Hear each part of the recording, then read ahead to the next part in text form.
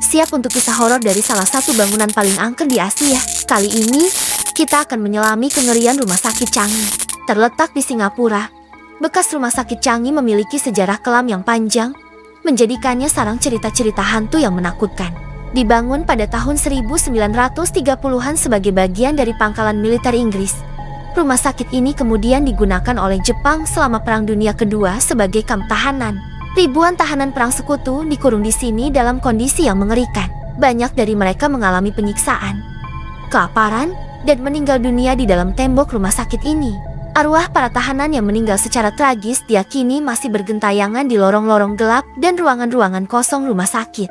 Bekas ruang operasi menjadi salah satu tempat yang paling sering dilaporkan adanya penampakan dan kejadian paranormal. Konon, bau antiseptik yang kuat tiba-tiba tercium di area ini. Beberapa saksi mata mengaku melihat sosok hantu dokter atau perawat berpakaian kuno, terkadang dengan noda darah, berjalan tanpa suara di malam hari.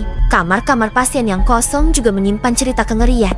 Suara langkah kaki tanpa ada yang terlihat, pintu yang membuka dan menutup sendiri, serta bisikan-bisikan misterius sering dilaporkan.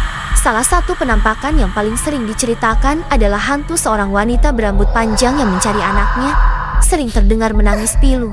Penampakan bayangan hitam atau sosok-sosok gelap yang bergerak cepat juga menjadi bagian dari cerita horor Rumah Sakit Changi.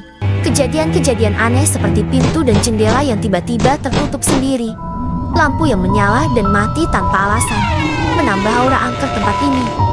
Jadi setelah mendengar kisah mengerikan ini, adakah di antara kalian yang berani menghabiskan malam di Rumah Sakit Changi yang terkenal angker ini? Bagikan pengalaman atau teori kalian tentang Rumah Sakit Changi di kolom komentar. Apakah arwah para tahanan masih terperangkap di sana? Jangan lupa like video ini dan subscribe channel Misteri Tanpa Jejak untuk lebih banyak kisah horor dari seluruh penjuru dunia. Sampai jumpa di video selanjutnya. Dan ingat, beberapa tempat menyimpan lebih banyak luka daripada kesembuhan. Misteri Tanpa Jejak.